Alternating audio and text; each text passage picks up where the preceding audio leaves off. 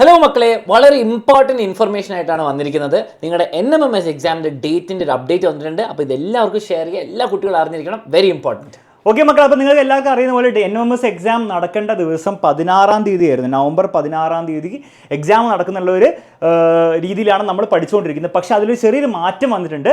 ആ 16-ാം തീയതി നടക്കേണ്ട പരീക്ഷ ഇപ്പം 9-ാം തീയതി, അതായത് ഡിസംബർ 9th ഷിഫ്റ്റ് ചെയ്തിട്ടുണ്ട്. ഓക്കെ, അപ്പോൾ ഒരു പുതിയ നോട്ടിഫിക്കേഷൻ വന്നിട്ടുണ്ട്. പക്ഷേ ഈ നോട്ടിഫിക്കേഷൻ ഇതുവരെ ഒഫീഷ്യൽ ആയിട്ടുള്ള വെബ്സൈറ്റിൽ NMMSൻ്റെയോ വേറെ ഒഫീഷ്യൽ ആയിട്ടുള്ള ഒരു വെബ്സൈറ്റിലും പബ്ലിഷ് ആയിട്ടില്ല.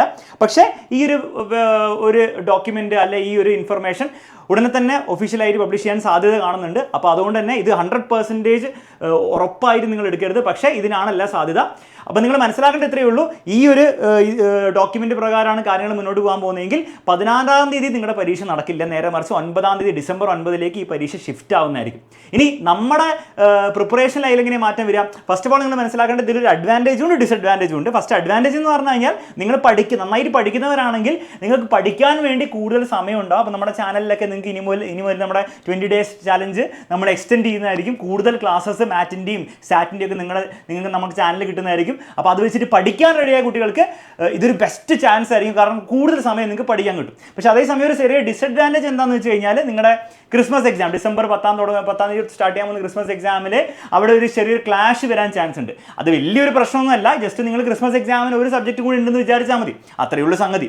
ഓക്കെ, അപ്പോൾ പഠിക്കാൻ തീരുമാനിച്ചവർക്ക് this is a golden opportunity.